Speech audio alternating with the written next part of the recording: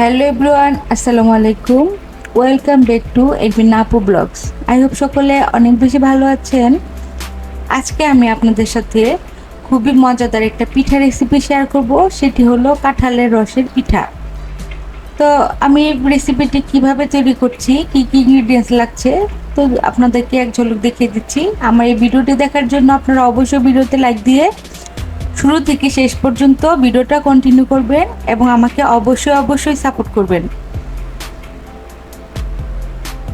এই পিঠাটা বানানোর জন্য আমি পাকা কাঁঠাল নিয়ে নিয়েছি, নরম কাঁঠাল সেটা নিয়ে নিয়েছি এবং সেই কাঁঠালগুলোকে বিচি ছাড়িয়ে হাতের সাহায্যে কাঁঠালের রসটা বের করে নিব। আর এই রসে আমি তৈরি করব দারুণ মজাদার কাঁঠালের রসের পিঠা।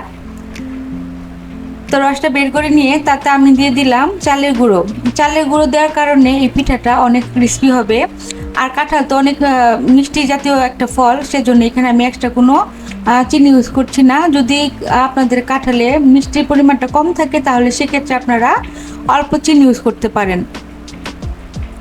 তারপর আমি নিয়ে নিয়েছি কলা পাতা, আর এই কলা পাতাতে আমি এই পিঠাটা বানাবো, এতে ফ্লেভারটা খুব সুন্দর আসবে। তেমন কোনো ইনগ্রেডিয়েন্টস এখানে লাগছে না, জাস্ট দুটা ইনগ্রেডিয়েন্টসে হয়ে যাবে দারুণ মজাদার। আপনারা অবশ্যই আমার এই রেসিপিটা দেখে ফলো করে অবশ্যই একবার হলে ট্রাই করে দেখবেন।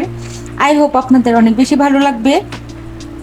এই মুহূর্তে যারা আমার নতুন ভিউয়ার্স আছেন তারা অবশ্যই আমার এডমিন আপু ব্লগস ইউটিউব চ্যানেলটাকে সাবস্ক্রাইব করে নোটিফিকেশন অন করে রাখবে। আমি যখন নতুন ভিডিও আপলোড দিব আপনারা সাথে সাথে পেয়ে যাবেন। এবং আমার এই ভিডিওটি দেখার জন্য সকলকে মেনি থ্যাঙ্কস। তারপর আমি যে ব্যাটারটা তৈরি করেছিলাম সেই ব্যাটারটাকে সুন্দর করে কলা পাতার উপর এভাবে ছড়িয়ে দিব। কলা পাতাতে আমি সরিষার তেল মাখিয়ে নিয়েছি। এখন ফ্রাই প্যানটাকে একটু আগে গরম বসিয়েছিলাম, তাতে দিয়ে দিলাম, দিয়ে ঢেকে দিব। কিছুক্ষণ সময় ধরে এই পিঠ ও পিঠ বাদামি করে আমরা পিঠাটাকে রেডি করে নিব।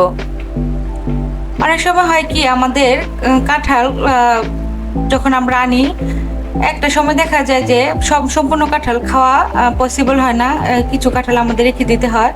সেক্ষেত্রে আপনারা এরকম পিঠা তৈরি করে খেতে পারেন, ভিন্ন একটা টেস্ট পাবেন।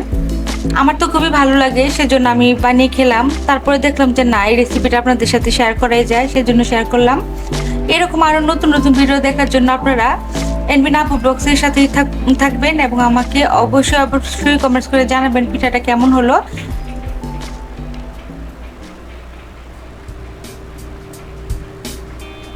পিঠাটা অলমোস্ট ডান হয়ে গেছে, দেখুন কি সুন্দর একটা লুক চলে এসেছে পিঠাতে। এখন এই পিঠাটা একটু হালকা ঠান্ডা হলে তারপরে আমরা সুন্দরভাবে কেটে নিব। আমরা যেভাবে কেক কাটি সেভাবে কেটে নিতে পারেন, খেতে খুবই ভালো লাগে।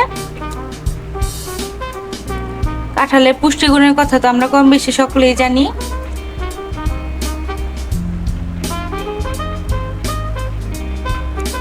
অতিরিক্ত কাঁঠাল থাকলে সেটাকে নষ্ট না করে এভাবে কাঁঠালের রস দিয়ে আপনারাও আমার মতো করে বানিয়ে ফেলতে পারেন। চটজলদি খুবই মজাদার একটা পিঠা রেসিপি। আই হোপ আপনাদের ভালো লেগেছে। আজ তাহলে এই পর্যন্তই, পরবর্তী ভিডিওতে দেখা হবে। আল্লাহ হাফিজ, আসসালামু আলাইকুম।